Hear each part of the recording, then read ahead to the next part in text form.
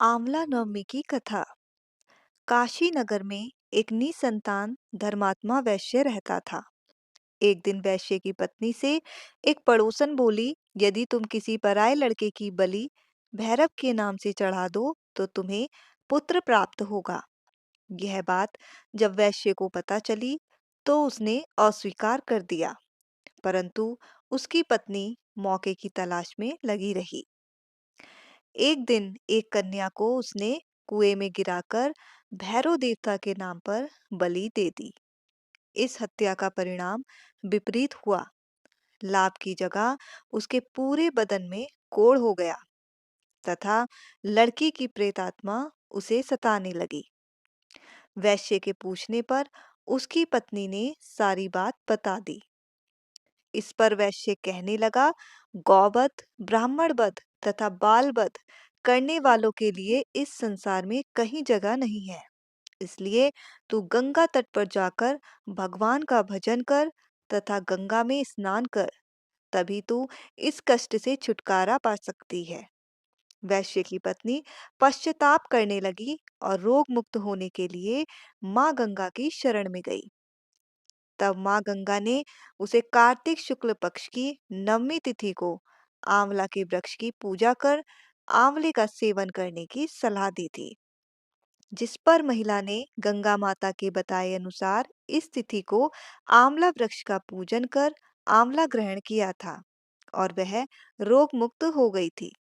इस व्रत व पूजन के प्रभाव से कुछ दिनों बाद उसे संतान की भी प्राप्ति हुई। तभी से हिंदुओं में इस व्रत को करने का प्रचलन बढ़ा। तब से लेकर आज तक यह परंपरा चली आ रही है। एक अन्य धार्मिक कथा के अनुसार एक बार माँ लक्ष्मी धरती पर निवास करने के लिए आई।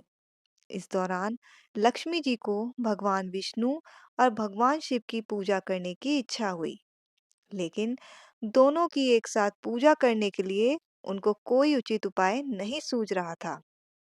क्योंकि तुलसी भगवान विष्णु को प्रिय मानी जाती है, तो शंकर जी को बेलपत्र पसंद है।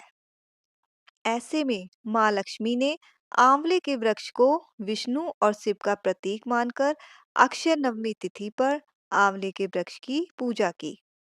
पूजा से प्रसन्न होकर विष्णु जी और शिव जी प्रकट हुए। लक्ष्मी माता ने आंवले के वृक्ष के नीचे भोजन बनाकर भगवान विष्णु और शिव जी को भोजन कराया। इसके बाद स्वयं भोजन किया। इस दिन कार्तिक शुक्ल नवमी की तिथि थी। तभी से आंवला पूजन की शुरुआत हुई। इस दिन आंवले के वृक्ष की आराधना करनी चाहिए, क्योंकि ऐसा माना जाता है कि इस दिन आंवले के पेड़ पर भगवान विष्णु, शिव जी और माता लक्ष्मी, इन तीनों का वास रहता है। इस दिन आंवले के पेड़ के नीचे खाना पकाकर सबसे पहले भगवान विष्णु, भगवान शिव और माता लक्ष्मी को भोग लगाना चाहिए। इस भोग में आंवले का फल जरूर शामिल करें। इसके बाद ब्राह्मणों को भोजन कराएं और श्रद्धा अनुसार उनको दान दें। मान्यता है कि ऐसा करने से धन संपदा और सुख शांति बढ़ती है। इसके बाद खुद भोजन करें और आंवले का सेवन करें।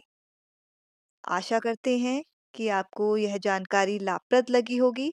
अगर यह वीडियो आपको पसंद आया हो तो कृपया इसे लाइक और शेयर जरूर करें और हमारे चैनल भक्ति गंगा ऑफिशियल को सब्सक्राइब करना ना भूलें। तो फिर मिलते हैं एक और रोचक और ज्ञानवर्धक वीडियो के साथ। धन्यवाद। जय माता दी।